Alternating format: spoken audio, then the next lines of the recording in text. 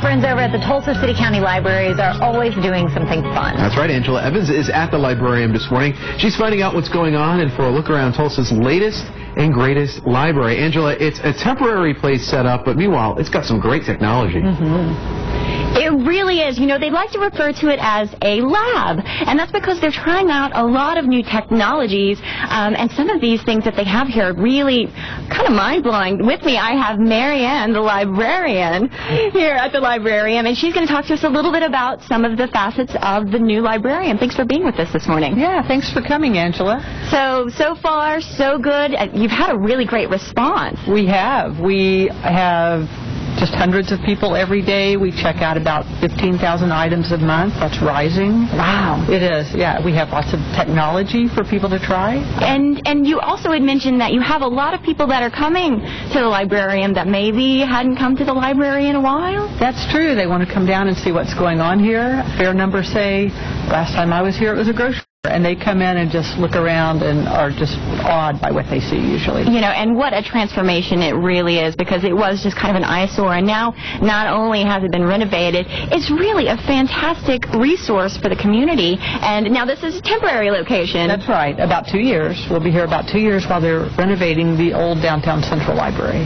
So that's great. And, you know, the one thing here, it seems like you're very technology heavy. You know, you've got, which I think is really cool, you have an iPad lounge. We do. The iPad Lounge is for reading newspapers and magazines. On our iPad, with the iPads, you can read over 2,000 newspapers. Wow. Yes, in about 95 languages. We also have subscriptions to 125 different magazines, so you can just sit down and read. And people who don't necessarily use computers a lot have found it very easy to use. See, and I think that's really great, introducing people to technology that maybe sometimes they would be a little intimidated by. So really, this is really great, and, you know, it's kind of a serve yourself type thing. Of course, they have friendly librarians here to still help you, but it really is kind of a seamless process. Right. One of our goals is to have self-guided service, so you can check your own books out on the self-check machines, which are so easy, it almost stops people. What do you mean? I'm done already? Say, yes, it really was that easy. Yeah, I love the direction this is going. Right. I absolutely do. And the library offers so many programs.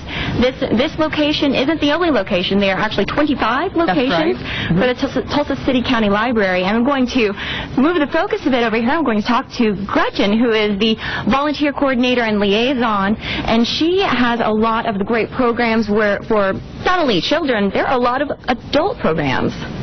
Yes, the Friends of the Tulsa City-County Libraries do a lot of adult programming. Right now we have our creative writing contest, and the deadline is next Friday. You listen to that, procrastinators. I'm a but it's coming up. And you can get the brochure like this one in a library, or you can get it online.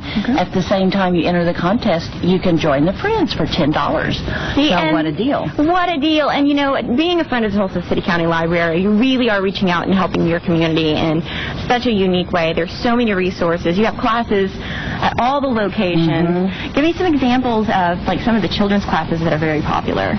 Well, we do not do children's, except the volunteer office does recruit, like, volunteers to help through the PAWS program, where volunteers come with their dogs and they have the child read to the dog. Dogs are very good listeners. That is so neat. That is a very interesting program. Well, there is a whole list. All this information can be found on your website. Right, and we're having our Great Decisions program kickoff on Sunday at Hardesty at 2:30. Our book sandwich dinner reviews will come up in March and April. And if you're a Friends member, you get a newsletter, you get our brochures, and so you can keep up with everything that's going on. Oh, definitely a worthwhile organization to be a part of. Thank you so much for being here this morning. If you want to check out all the programs that they have coming up, or checking out the Librarium, this place is so cool. You definitely want to check it out, and thank you for having us here this morning. Thank you. All right, thank you so much, Angela, for showing it all to us. Great Decisions, Sunday, 2:30 p.m. to 4:30 p.m. It's at the Hardesty Regional Library Adult Creative Writing Contest. The deadline is January 31st. Go to tulsalibrary.org/friends for more information, and, of course, visit the Librarium there downtown.